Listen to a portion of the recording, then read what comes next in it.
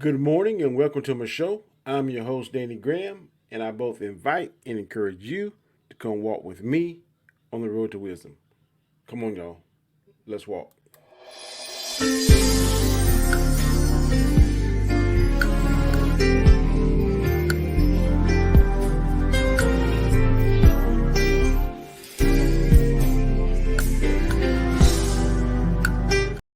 Good morning, good morning, good morning. It is January the 15th, 2024, Monday morning. I'm your host, Danny Graham, and again, I welcome you all to my show. I hope you had a fantastic weekend. I did. I hope that you celebrated Martin Luther King Day. I'm off today, thank goodness. I'm going to enjoy that, but I'm going to hit it back tomorrow, back at work, as I'm sure a lot of you are going to be doing as well. Well, today, as you can see, the topic today is a setback. A setback can be a setup. Say it one more time. A setback can be a setup. I'm going to discuss it, and of course, like I always do, let me give the definition of setback. A setback is an event that delays your progress or reverses some of the progress that you have already made. Let me say it one more time. A setback is an event that delays your progress or reverses some of the progress that you have already made. Scripture about setback today comes from the book of Job, the first chapter, the 21st through the 22nd verse, and it reads as follows. And said, Naked came out of my mother's womb, and naked shall I return thither. The Lord gave, and the Lord hath taken away. Blessed be the name of the Lord. In all this Job sinned not, nor God foolishly, nor charged God foolishly. Say it one more time. Today's scripture comes from the book of Job, the first chapter, the 21st through the 22nd verse, and it reads as follows.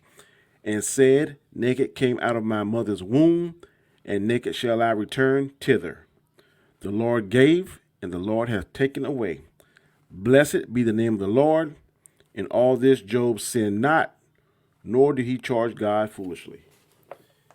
And setback is basically no matter how much progress you made, maybe in a relationship, at church, at your job, any aspect of your life, there are going to be setbacks. There are going to be times when you're going to achieve something, but then something's going to happen.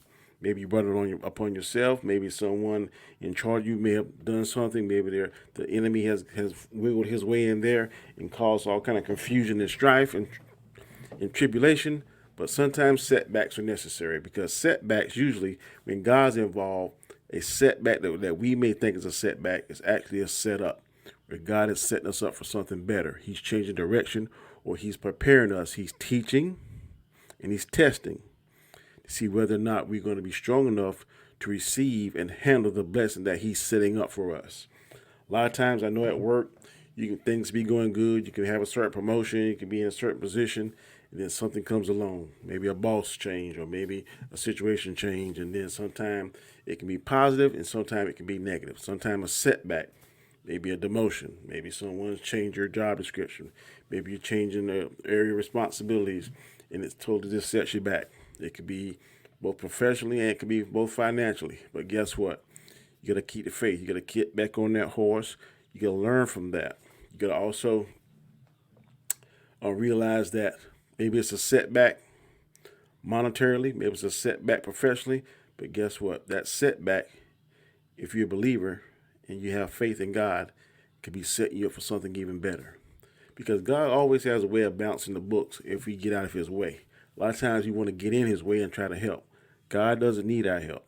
All God needs us to do is be obedient and do what he tells us to do. When he tells us to act, we need to act. When he tells us to step back, we need to step back. When he tells us to stay put, we need to stay put. When he tells us yes to whatever we ask for, we need to go ahead and do it. If he tells us no, then we need to be patient. You may want to be angry or disappointed, but be patient, be obedient.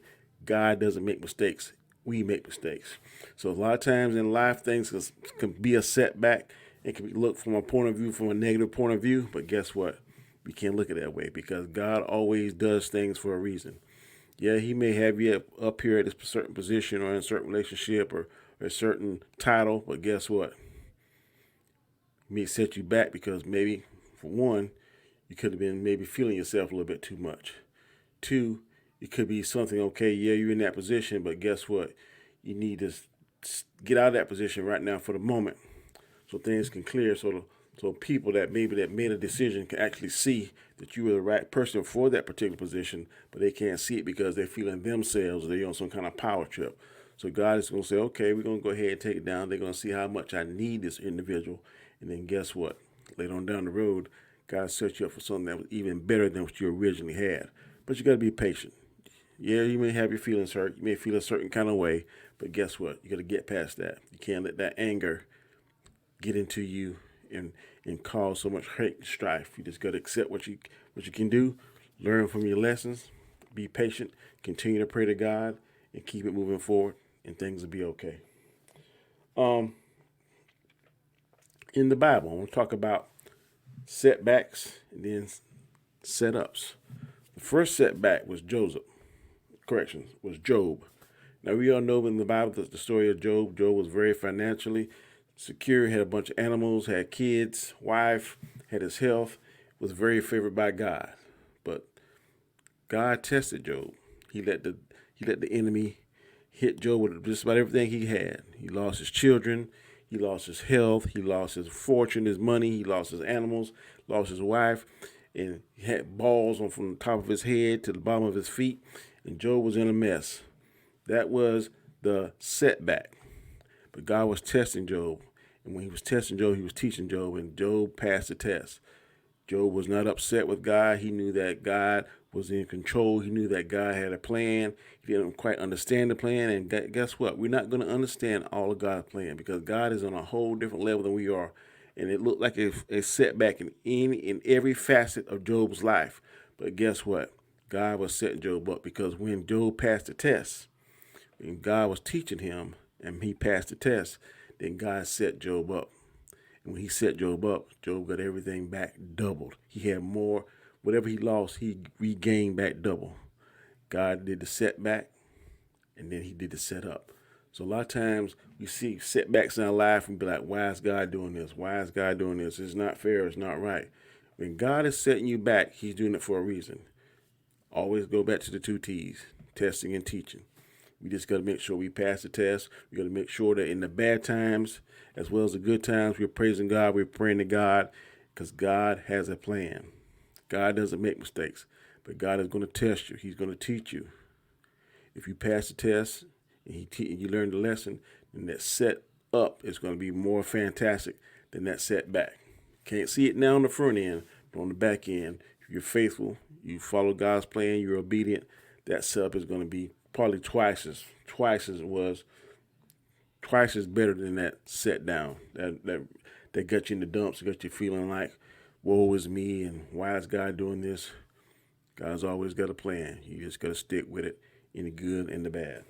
Another person, Moses.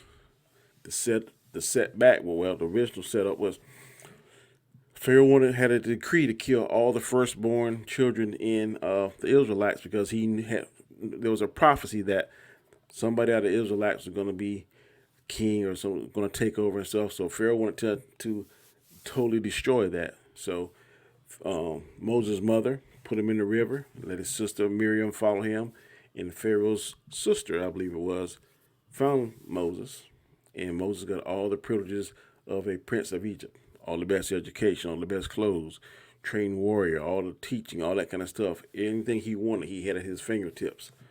But guess what? When Moses killed that Egyptian that was beating the Israelite unjustly, he was on the run. That was a setup. Correction, that was a setback. God did that because God he had plans for Moses. So God caused that setback. Moses was on the run. Moses was captured by the Pharaohs, and because they didn't want to kill him, they put him out in the wilderness. He was going to be the prince of the scorpions and the snakes, I think. If you watch the Ten Commandments, that's what Ramsey says. That's just his kingdom, out in the desert, in the middle of nowhere. That was a setback. Moses was at the pinnacle of privilege while he was in a so-called Egyptian. Once he found out he was truly an Israelite, then guess what? He was cast to the desert, cast in the wilderness. God led him to Mount Sinai and to his wife's dad. I can't think of his wife's dad. I think it was Abraham, if I'm not mistaken. But he led him to a camp, and Moses married one of the daughters. And then Moses went and eventually discovered the burning bush, and then God set him up. God gave him the staff. God gave him a direction. God gave him a mission to go back to Egypt and to free the Israelites. God set him up. God set him back down, built him up, taught him, tested him, taught him, tested him. When he got Moses right, he set him back up, and Moses had all the power that at God's disposal when he was needed. He sent him back, told Pharaoh, "Let my people go." Pharaoh refused him several times. God sent several plagues. God sent warnings to the Pharaoh, "Look, you need to stop, let my people go." Pharaoh's heart was hard, but Moses was set up in the right place. Moses was God's right-hand man at that time. Moses was obedient to God. And when God set him up, he had all the power of God at his disposal. He led the people out of Egypt, led them to the promised land, until he, of course, was disobedient to God. He was allowed to go to the promised land, but he was allowed to see the promised land. But Moses, like I said earlier, was a prince of Egypt. The setback was that he lost all that privilege. God used him, brought him to the Mount Sinai, brought him to the burning bush, introduced himself to Moses, tell him his mission, and he set Moses up. Moses and God had a very, very close relationship. God poured some of his wisdom, knowledge, information into Moses to set up the people, the Israelites.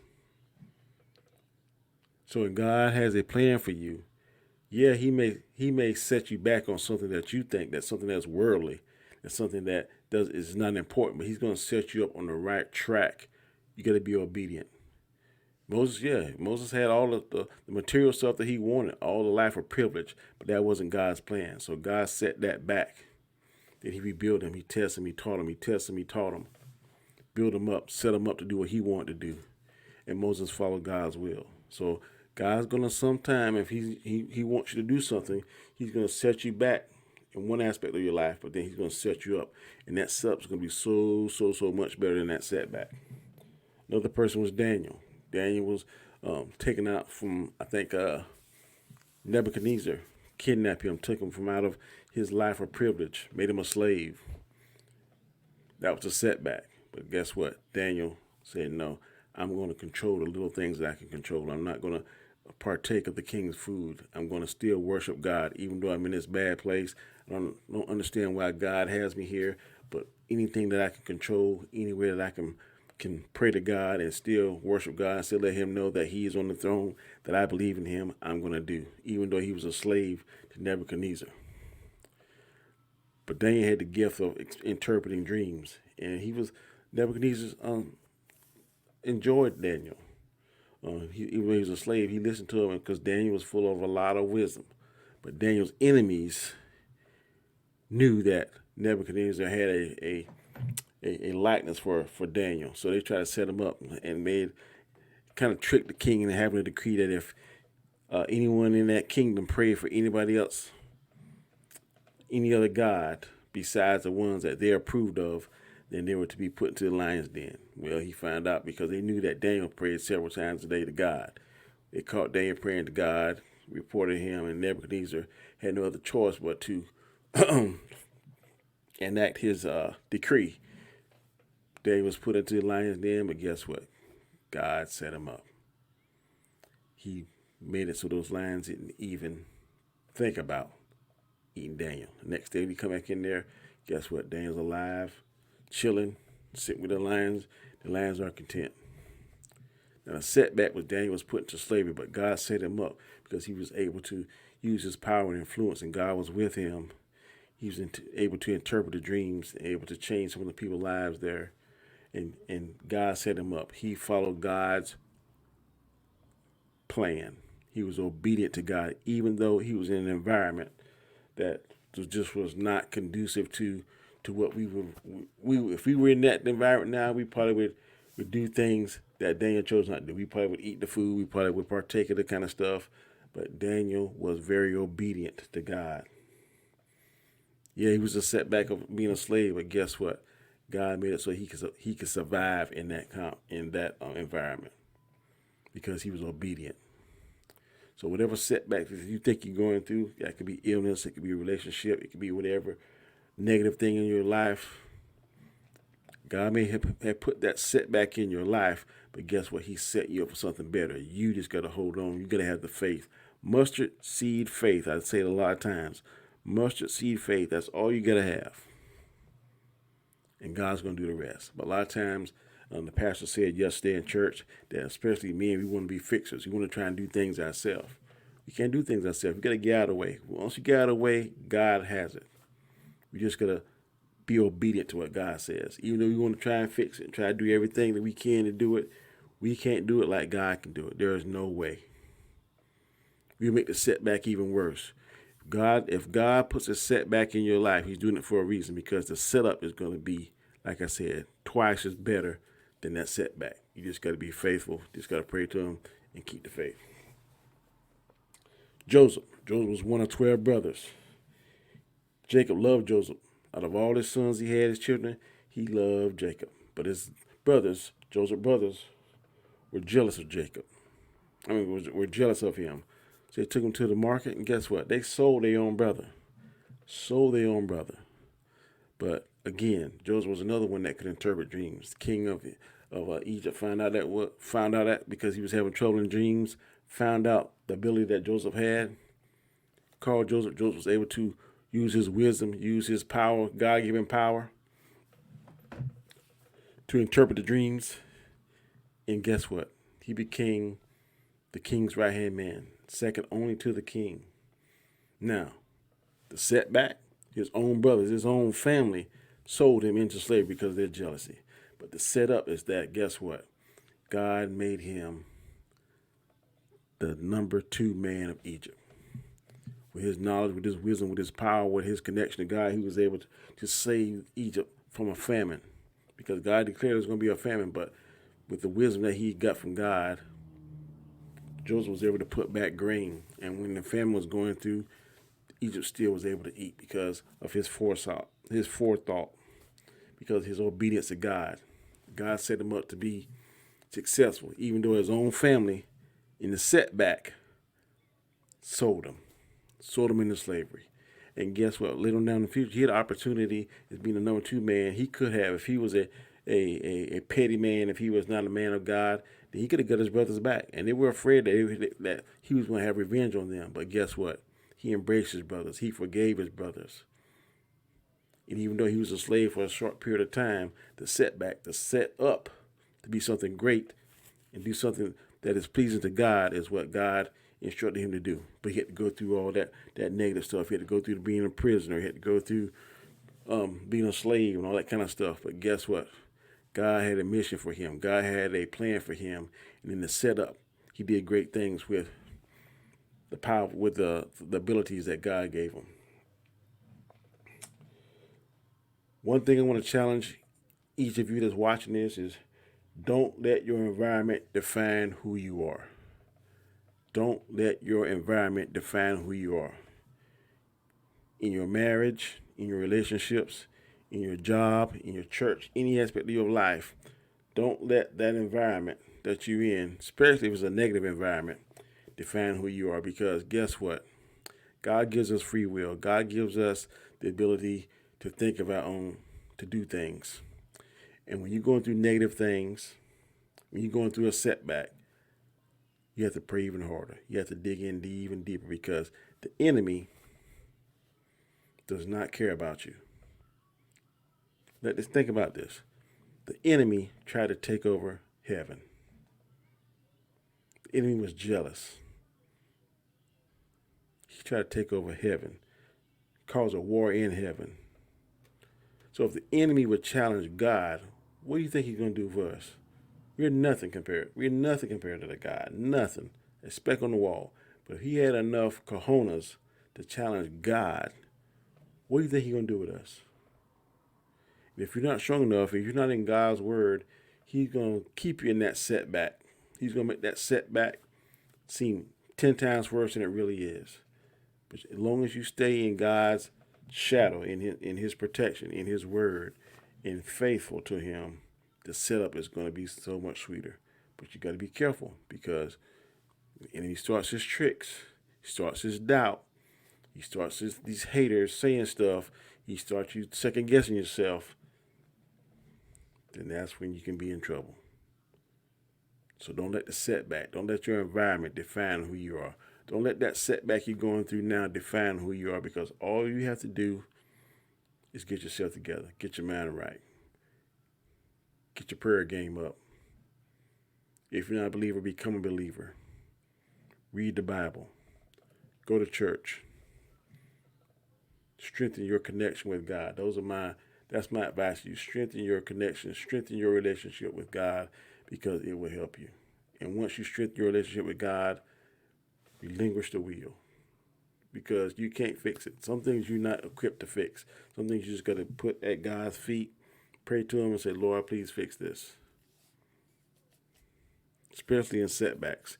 In setbacks, ask for guidance, ask for knowledge, ask for wisdom, ask for understanding, ask for patience. Because a lot of times we want things done just like this. This is a very impatient world. But when God's cooking, when he's doing what he's doing, sometimes he does it fast, sometimes he does it slow, sometimes he takes his time, but he's always on time. So, again, I can't reiterate this enough. Don't let the setbacks define who you are. Don't let your environment define who you are. Don't let people that may be your boss, that may be your spouse, that may be your pastor, may be your preacher, whatever the case may be, don't let them define you. Especially if that person is coming from a negative way, or what they're preaching or what they're teaching is not good doctrine. Don't let them define you. So just make sure that you develop and maintain your relationship with God. I can't stress that enough. That's my 2 cents on that. Again, a setback can be a setup. So make sure you always remember that. A setback can be a setup. And please, please, please, don't let your environment define who you are. Before I get out of here, I want to read a quote for today. And it is, the comeback is always stronger than the setback. That's the quote of the day.